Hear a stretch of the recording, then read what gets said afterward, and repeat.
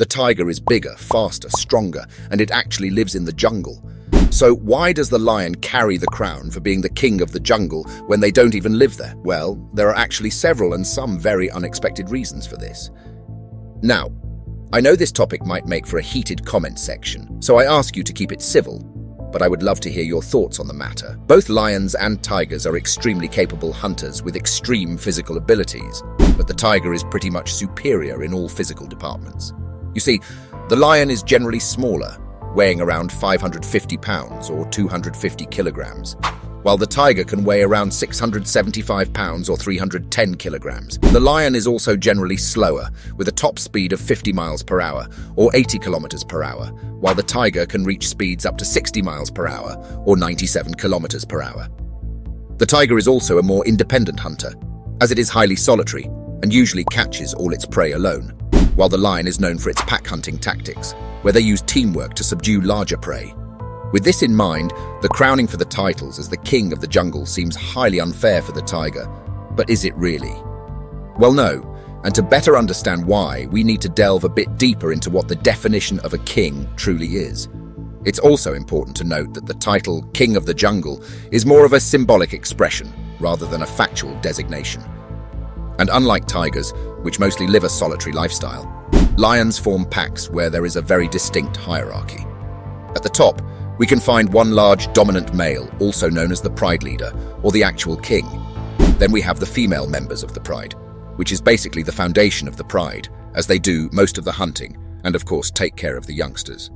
At the bottom of the hierarchy, we have the subordinate males, usually only present in larger prides. They are usually relatives of the dominant male, and will eventually most likely challenge him for his throne. So does this sound familiar? I hope so, because this is literally how every culture or historical stories depict a royal court, with a king, a queen, and potential heirs battling for the throne. It's fascinating how nature's hierarchy can be reflected in our human narratives. But this is only one possible reason as to why we look at lions as the king of the jungle. There are several more, and lastly, I will even explain why king of the jungle makes sense even though it lives in the savannah. The next big difference between lions and tigers is that lions routinely have to fend off other large predators like hyenas, leopards, etc.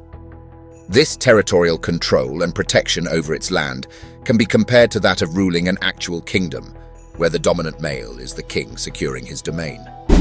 The tiger, on the other hand, doesn't really face any other significant competition except humans, of course.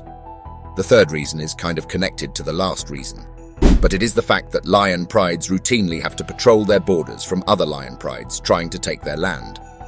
Battles between lion prides are common practice and could very easily be compared to how kingdoms invade each other for control over more resources, which in this case would be water, food, and mating rights.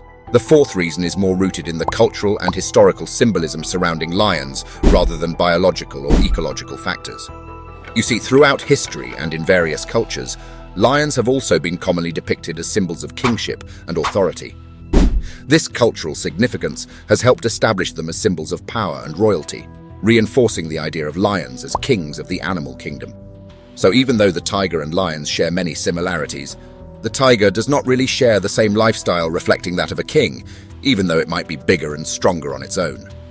Now, I did say I was going to explain why the title King of the Jungle actually makes sense, even though lions don't live in the jungle. Basically, the word jungle is derived from the Hindi word jungli, which did not originally mean a traditional jungle, as in a tropical forest, but rather any untamed wild, including that of the savannah where the lions are found.